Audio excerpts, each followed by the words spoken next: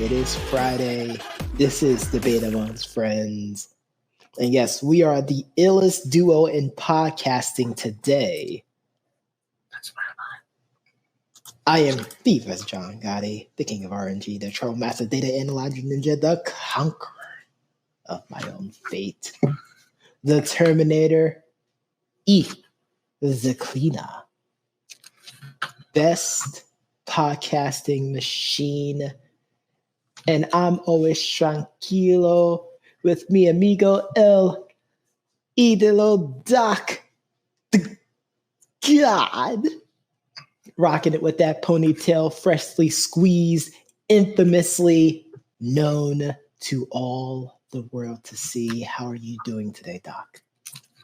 I'm doing great, man. I can't believe you used my line so early in the show. I mean, I said the illest, which reminded me of Class Act with Kid and Play. Yep. He said, you got to be ill, deaf, dope, fresh. But yeah, man, I am doing great, man. It is Friday, the eve before my birthday. Which snap. I mean, Doc got a chance to celebrate early. I mean, the wife surprised him with a trip to a place that I think secretly and not secretly I've always wanted to go, which is Drive Shack. I mean, to be fair, we probably could have done it. Well, see, here's the thing. Here's a guy, right, in me that, and we talked about this, and I don't mind sharing with the people. Maybe they can relate, maybe they can't. But I have this tendency to put money over experiences, and we talked about this.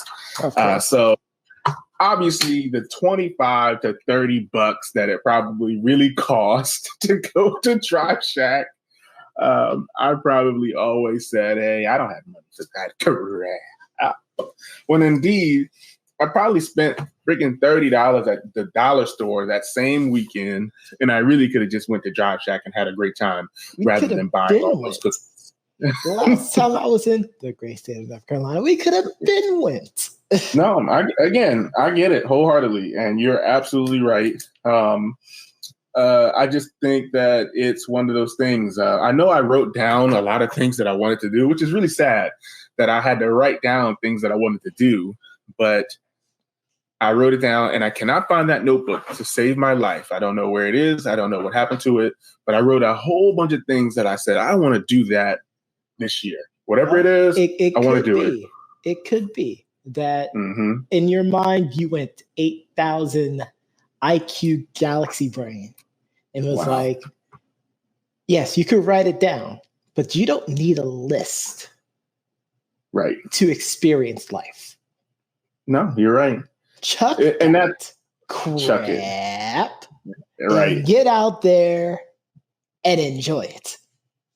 No, you're absolutely right. And luckily, I do remember some of the things, and golf just so happened to be on it. That's the one thing that I know I definitely wanted to do. But with COVID, that also puts a damper on a lot of the things. Not everything, but a lot of the things. Yeah, definitely not everything. Because a lot of even Topgolf is already kind of prearranged to combat the likes of COVID. They had to Topgolf Drive Shack. Yes, I can agree with that. Well, the way it's set up, I mean, it already kind of gives you a blockade. Yeah, you have your own bay. Yeah, but they had to do a few things to account for COVID as well. Which I'm glad and I'm hoping, right? This is just a hope that they've always had the wipes there so you can wipe off your clubs, right? No, they did not. Yes, it's like you think about those kind of things right now. And no, this is not sponsored by Topgolf or Drive Shack at all. But we both know that the last thing on their minds was wiping down those clubs during work hours. Absolutely. So, yeah, in that situation, it's one of those things where you hope that people wipe their clubs down. You hope that the chairs are being wiped off. Obviously, I could see the addition of the hand sanitizers more frequently. But great time, great opportunity, some really, really good swings out there. I'm really happy I got a chance to do it. But well deserved. Oh, you already know I appreciate it. But speaking of COVID and protocols, you said that there's been a proposed testing method by the NFL here. What's going on? Proposed testing not proposed. A more frequent testing for COVID within the NFL. So the NFL wants to have, this is just for vaccinated players, be tested for COVID every week, once a week. Okay. But the Players Association of the National Football League produced a counter offer, which is to have COVID testing be placed daily. Doc, what are your thoughts on this? And by the way, for the Players Association, it's for all players, whether they were vaccinated or not vaccinated. Right. So for me, I think that it's a situation where we kind of go back to when COVID first started. If you remember COVID first started, we were like, oh, all these celebrities and athletes are getting tested daily. They're taking up resources. They're, blah, blah, blah. Like they shouldn't be able to be tested every day. But I'm sorry, Doc. I have to you made a face. You made a face. Bomb. Yeah, you made a big time face. Yeah. In breaking news, free agent Lauri Markkanen set to sign a 4-year, $67 million deal in a sign and trade with the Cleveland Cavaliers. Ooh, that's interesting. Yeah. Oh, that's interesting. Oh, wow. Well, let's stop what we're talking about with this COVID crap. And let's talk. No, I'm just kidding. Let's talk about that really quickly then. And this is from Woj himself. It is from Woj. Ooh, what's the? Did they give you any details on the? Not yet. It just happened. So the Cavs. So they draft a power forward / center. They re-sign a center, and now they trade for Markkanen. I'm interested to see how that works. That is so interesting that Cleveland would do that.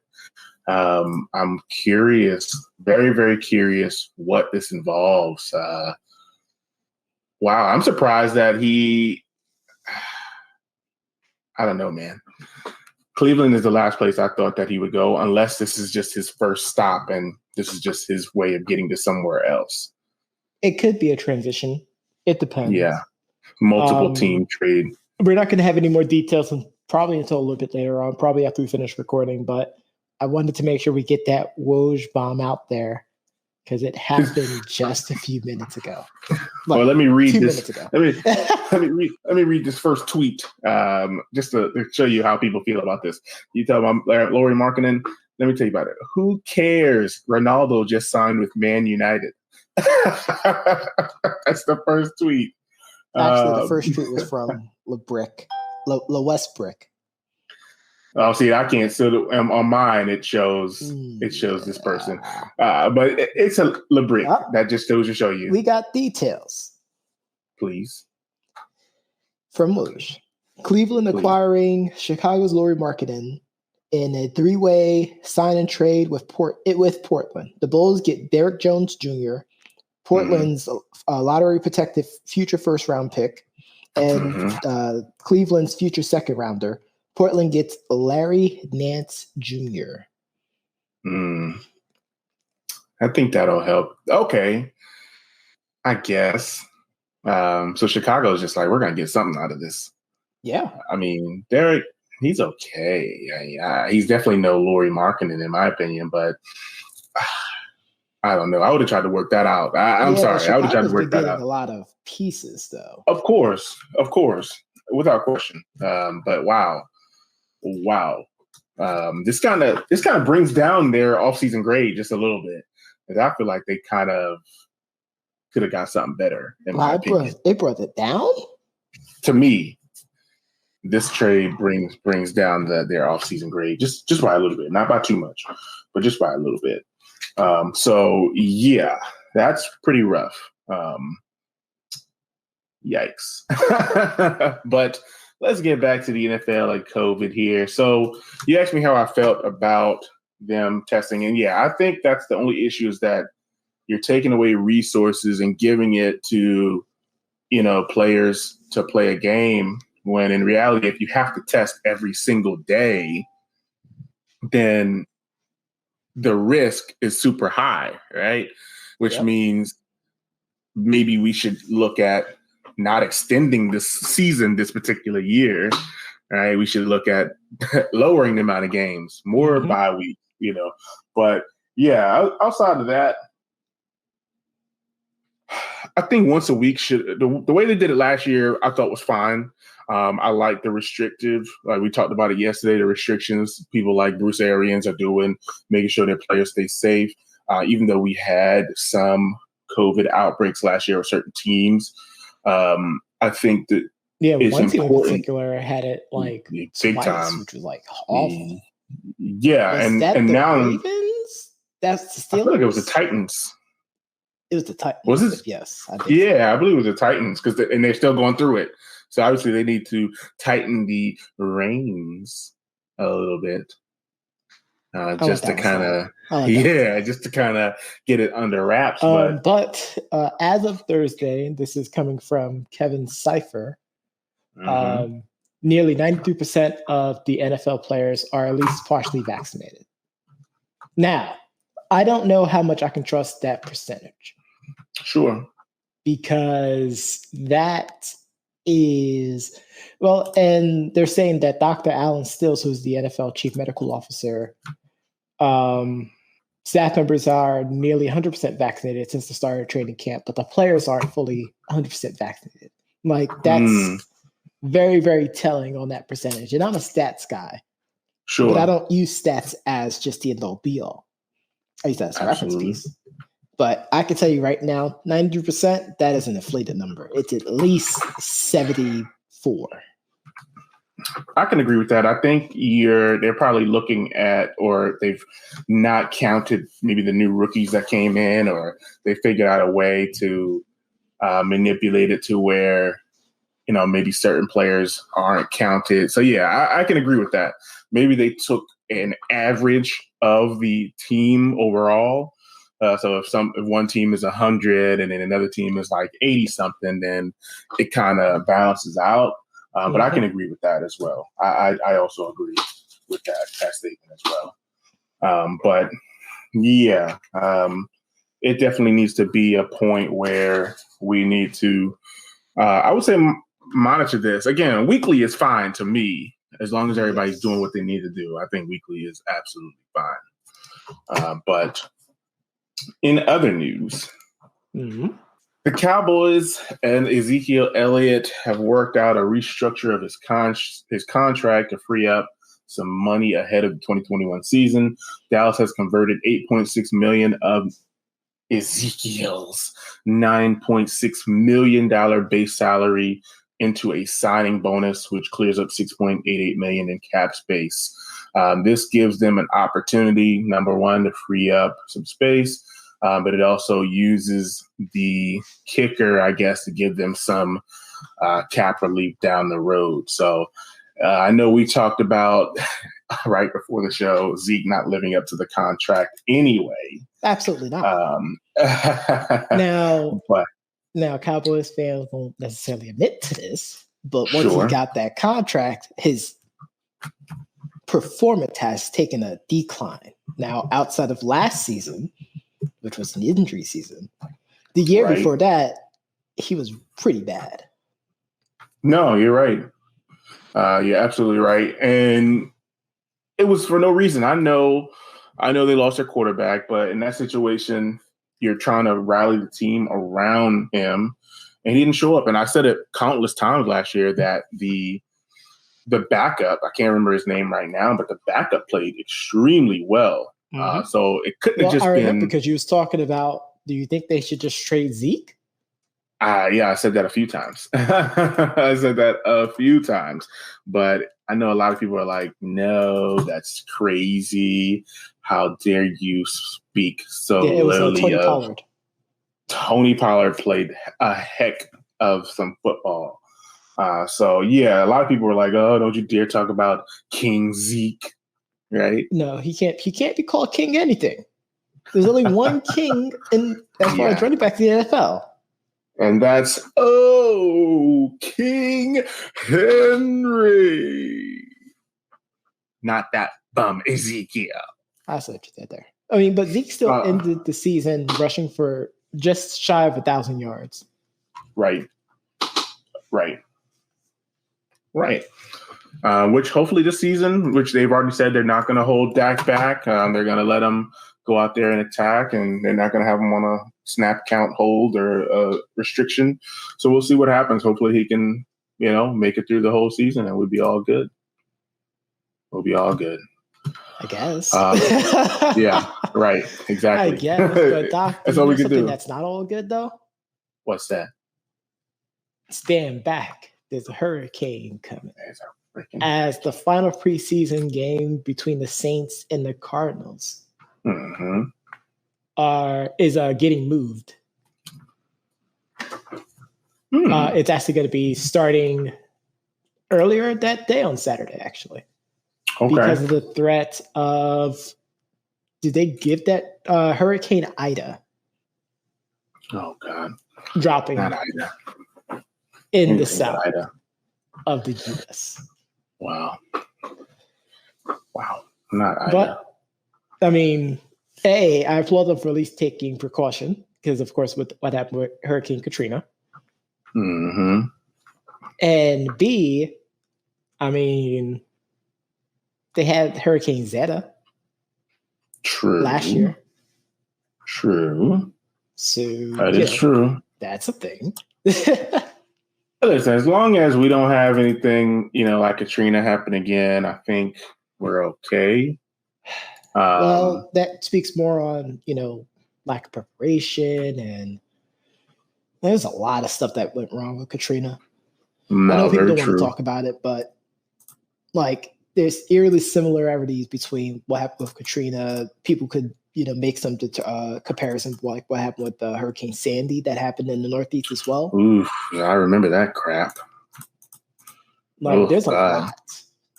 Yeah, I definitely remember even that. The snowstorm that hit Texas last year. Oh, God. Yeah, don't talk about that either. Yeah, that was earlier this year. Yeah. It's all about lack of preparation. Yeah, and it's like if you don't know how to deal with it, it is pretty rough. Exactly. No, it's definitely rough. I get it wholeheartedly. But I'm not sure. Preparation is just one of those things. Obviously, as a coach myself, I got to get prepared for this weekend, right? It's kickoff weekend for us as well. So hopefully we can get our starters prepared, similar to that of New Orleans, who have named their starter. Is Jameis Winston the future of the New Orleans Saints? He's the number one quarterback. It was never a matter of if. Right. Only when. Taysom Hill plays really well, though. In fact, Doc, did you know that, and maybe you do know this as a coach, for QB battles, did you know that during the preseason, Jameis Winston had significantly more plays called for him? You said more plays called for him? For him to run. Passing plays. No, did not know that. Yeah. Than Taysom Hill. That's interesting. Yeah. No, that's very interesting. Yeah. So very, very you can tell, but the problem is people just want to speculate, or they just want to drive media attention for stories and whatnot. How many people really thought that the Saints were going to be a threat in the NFC South this season? Let's be honest. True. I think a lot of people are doubting Jameis. And like I said, I don't doubt Jameis because I know what he's capable of. Exactly. Honestly, people just think of Jameis and they think of, as you said, the 30 for 30. But again, that could have easily been a 10-6 season, a playoff berth. Facts. Possibly knocking on the NFC South door. Honestly, I feel like that tide changed 2 seasons ago. The Bucs would have never gotten Tom Brady, and they wouldn't be in position where they are right now. We all know it. Yeah, you don't even have to drive that point home. We all know that. I don't need to drive that point home, but people don't listen, Doc. Honestly, the only reason that Jameis isn't a Buck anymore, in my opinion, is that he was looking for $25 to $30 million. And at the time, nobody, not even the Saints, were going to give him $25 to $30 million. They gave him $9 million. Like, hey, take this 9, come learn under Drew, work with Taysom, right? And you're going to have to live with that. And that'll just have to be what it is. Now, they get a serviceable year at $12 million, which is huge. And they'll have to worry about that next year. So I don't know. In my opinion, the Saints got to steal for 1 year. They can decide whether they want to stick with Jameis or draft another quarterback, or unless they have a quarterback already that they want to try out. So yeah, in my opinion, the Saints won this opportunity. I think they, as Doc like to say, ran away with this like a thief in the night. Like a thief in the night. Like a thief in the night. You know what? I'm gonna applaud that one because I really enjoyed the movie and the TV show. What a great show. No, definitely. But no, you have to realize that, the Saints won. They have a veteran quarterback. They're not paying at the normal quarterback level. Nope. And then you have. It's a steal. It is a steal. Like it's about value deals. It's huge. It's definitely a big time value deal, and I applaud them for working that out. Drew comes off the books. Jameis on the books. It's actually beautiful. Now, if they can figure out what to do with Michael Thomas, I guess that would be the next thing. But we got to see what happens with that because we probably won't hear anything for at least until maybe around the trade deadline. We'll see what happens. Right. But I think all the drama talk between him and the Saints is going to die down for a little bit. I agree wholeheartedly. Because the season's starting in like 2 weeks. Yes. So, but we'll see. I'm looking forward to the season, though. It should be fun. Should be exciting. Should be giving us everything that we've been waiting for. So we'll go ahead. We'll go ahead and wait and see. I'm going to go ahead and enjoy this birthday tomorrow. My 36. I'll put it out there. I don't care. I'll be 36 years old. I'll come up with a basketball player or somebody to associate this with who wore the number 36. I can't even think off the top of my head. I think Shaq wore 36. That's what I was gonna say, but I keep thinking 34. That's the only thing I can think of. He wore 36. He wore 32. He wore 36 where, in Phoenix or Boston? 32 was in Phoenix. 36 was in Boston. Gotcha.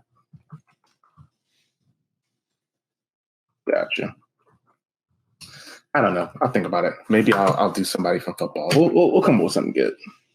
Let's see who else. Kevon Looney currently plays in the NBA. He wore 36. I don't want this to be my Looney year.